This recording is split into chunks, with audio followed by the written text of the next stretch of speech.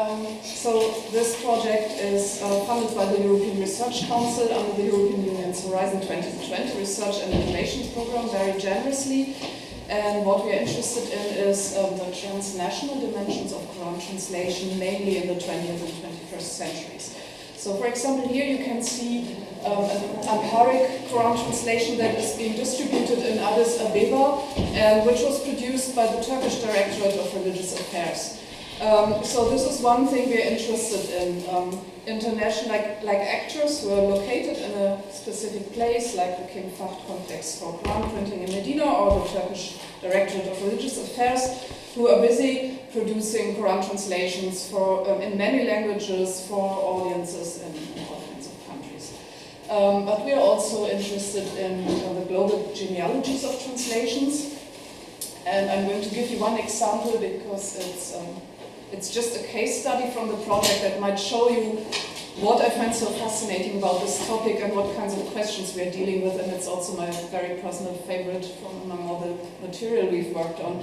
So this is the so far only complete Quran translation into Afrikaans. It was published in 1961 by Muhammad Amin Bakr, who was the imam of the local mosque in Simonstown, which is today a suburb of Cape Town. And this is the mosque. So he was a descendant of slaves who had been brought to South Africa by the Dutch.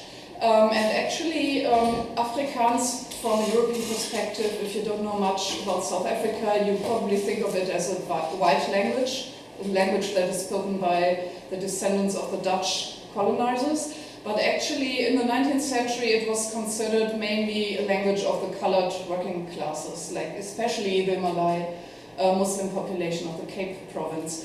And only in the early 20th century did the descendants of white Dutch settlers start this ethno-nationalist project, which was very exclusionary, where they tried to appropriate this language and make it an integral part of their identity, and also, for example, produce the first Afrikaans Bible translation in the 1930s. So we could also understand this as a kind of reaction, as a counterclaim to this attempt to claim this language exclusively for Afrikaners, for the white people. But this is only, I mean, there's a lot of story to this, and parts of this are also very sad. But what's interesting is, if you look at this translation, you see that it is actually based on an earlier model, namely the Quran translation by Muhammad Ali, the head of the Lahore Ahmadiyya movement, which was published in 1917. But it's actually more likely that Muhammad Amin Bakr didn't use the English translation by Muhammad Ali, but he used a Dutch translation that had been done in Indonesia, or in the Dutch East Indies at the time in the 1930s, by a Javanese Muslim. So you have all these genealogies, and very often they actually start in British India. So this becomes more and more apparent as our project progresses. We have 5 years of funding, and we have completed 2 years. So all the time, whatever region we are working on, we find some genealogies that lead us back to British India, where printing, dawah, and translation activity started very, very early, and also based on a lot of activity that had already been gone on in local languages since the 18th century. This is particularly remarkable if we compare it to the context of French in North Africa, which was also a colonial context, where also European language was spreading among the Muslim population, but where the development of Quran translations, for many reasons, started a lot later and was less successful, and only really took off actually when someone from India appeared on the scene, namely Muhammad Hamidullah, and published his French Quran translation in 1959. So it's these kind also of comparative questions that our project is leading us to ask. We are also interested in, one slide too far, in very much in this publishing context, publishers, editors, audiences, and histories. And this is another very interesting case study, because I mean, Quran translations, for a start, have never really been taken seriously as a source, because, you know, maybe there are some like translations that are commonly used by academics because they are considered like to be academically serious works, but all the stuff that has been produced by Muslims has largely been dismissed. And nobody is even looking at what edition of what translation are we using, but it's actually a very significant question. So this example is from the German context. It's the Qur'an translation by Max Henning, which was first published by Reclam in Leipzig in 1901. And this is something we had in many European contexts where the Qur'an was published as world literature. So the idea was that this is an important specimen of world literature. So like, I don't know, Hindu or Buddhist or whatever sacred writings. For a general audience, but of course for a general audience that was imagined to consist exclusively of non-Muslims. So then we had this interesting German history, because after the Second World War, Reclam ended up having two branches. The owners moved to Western Germany and had their company in Stuttgart, but the original company in Leipzig also remained, was owned by the GDR. So they both produced a new, slightly modernized edition of Max Henning, with mostly with new notes, and also they replaced this, archaic cursive script with a modern one, and so on. And actually, the West German one was edited by Annemarie Schimmel. The East German one by a historian of religion, Kurt Rudolph. I actually think he did a better job, because he also corrected mistakes, and there were some clear mistakes. He modernized the language a bit. For example, Max Henning used the term Weiber for Anissa, which is a very derogatory term for women, and my impression is that he based this on the Luther Bible, which is another interesting phenomenon. We're looking at that very often in Western languages. The language of early modern biblical translation is taken not only by non-Muslim translators, but also by Muslim translators. In English, this is King James style, that's very obvious. But also in German, we have this with the Luther Bible, which actually used the term Weiber until the 1990s. So the East German editors corrected this, and they also have very informative notes, whereas Annemarie Schimmel is a bit like, okay, it seems a bit outdated if you read it today. It's a lot about Muhammad Iqbal and the beauty of Sufi poetry, etc., which is nice, but probably not what people who buy this translation today want to know. So then we have another step, and the last thing I should mention is that this East German translation still, today you can get pirated online, like ebook versions, but the one that is still being sold by Reclam is exclusively the West German one by Annemarie Schimmel, which is kind of, typical. So this is usually what happened in these East-West dynamics. But then you had another step, which was in the 1990s, when Turkish publishers started to use this translation, which clearly shows us that the demography had changed, that there were new target groups, that publishers were for the first time envisaging actually a Muslim audience that would read Quran translations in German, and they were mostly using Henning for two reasons. I think, first of all, because copyright had just expired, so it didn't cost them anything, and second, he used the term Allah. This is what some of them specifically said, so he didn't use the German God, he used Allah, and they perceived of this as very Muslim, which is also interesting to compare, because, for example, this is very often happening in English and German, but not at all in French. We have a lot of Muslim French translators who have no problem at all with using DU, so this is also very language specific.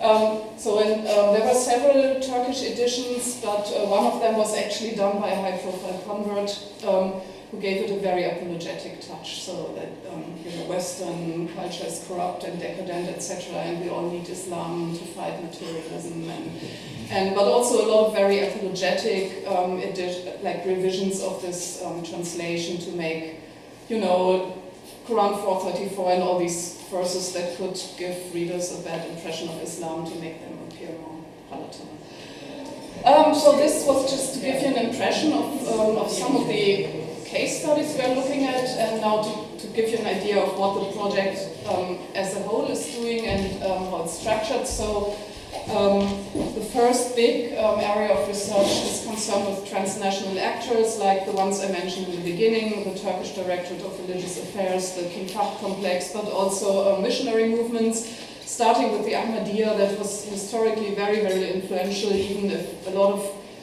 people who actually used their translations would never admit it, and in other cases we have such a thing as counter-translations. So the Ahmadiyya did a translation in a particular language, and then other Muslims came and said, oh no, we can't cede the field to them, we have to do a correct translation.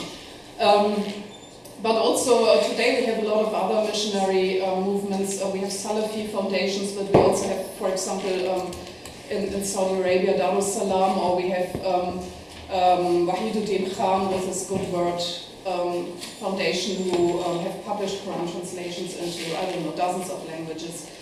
And then the other big area we're interested in is global imperial languages, such as English, French, Russian, and we're also doing Dutch a bit.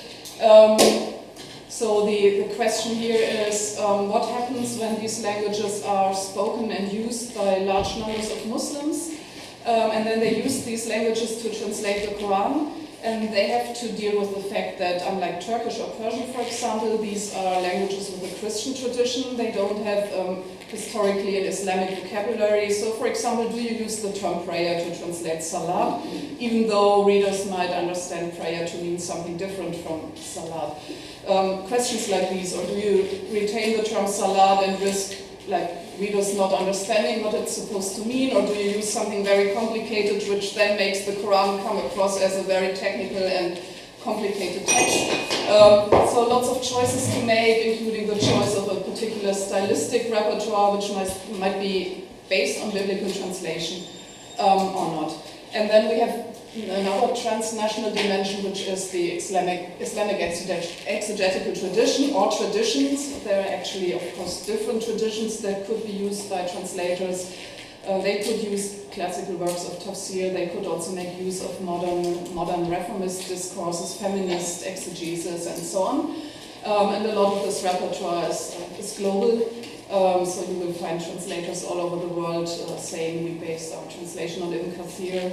Very often Ibn Kathir, actually, it's very common, but also, of course, a lot of other sources. And then there are some themes that we are looking at throughout this project, one of them obviously being gender. And this has also different aspects. So first of all, there's this obvious question, like what do translators do with verses like Quran 434, etc., or 4.1 creation. There are gendered and less gendered translations of this, but it's also a grammatical question because languages, so whenever you translate, you have to deal with the fact that languages are gendered in different ways. So some languages are more gendered or differently gendered than Arabic, others less so. So what do you do then? So these are questions we're discussing. Then another very important issue is polemics. So against whom or what are translations actually written? So what kind of other translation or interpretation do they try to rectify or fight against or whatever? And this can be relevant in all kinds of contexts. Today we very often have a Salafi versus non-Salafi context, as in this caricature. But historically it has very often been an Ahmadiyya and anti-Ahmadiyya context. And the Salafi thing, for example, is extremely relevant in all the debates about the translation of anthropomorphic attributes of God. So there's this big issue of whether you translate God's hand as God's hand and God's throne as God's throne, or whether this is completely unacceptable. For example, in the entire post-Soviet region, this is a huge thing because all the official muftiyats are dominated by Ash'aris.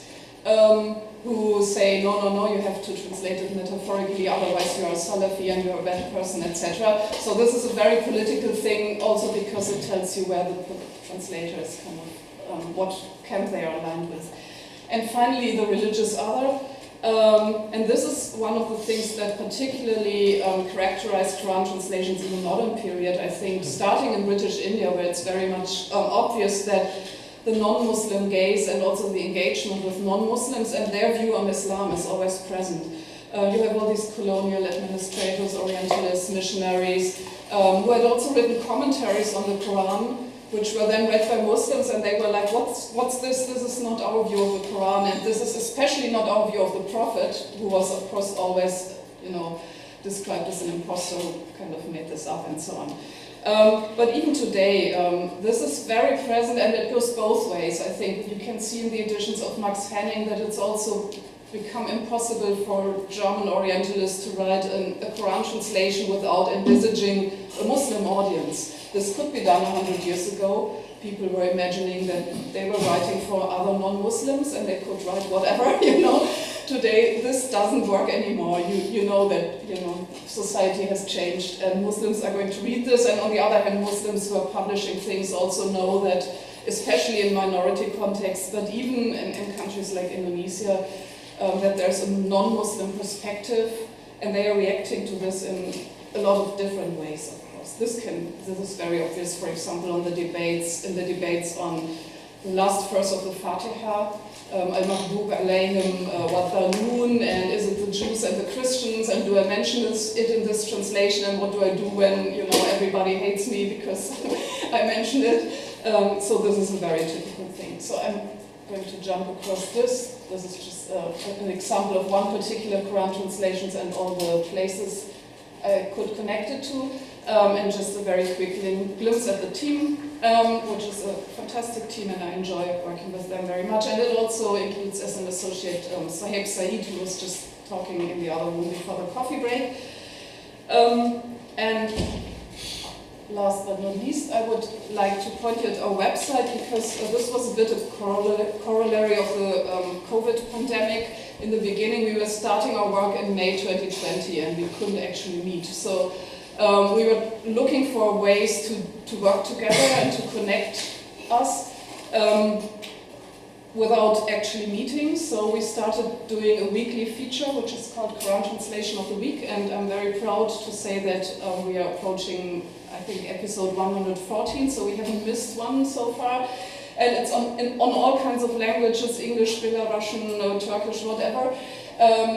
One Quran translation every week. We also have this on Twitter and on Facebook, and anything that we find interesting about it. It might be about the publisher, it might be about some particular stylistic choices or exegetical choices, or something that's remarkable about the translator or whatever.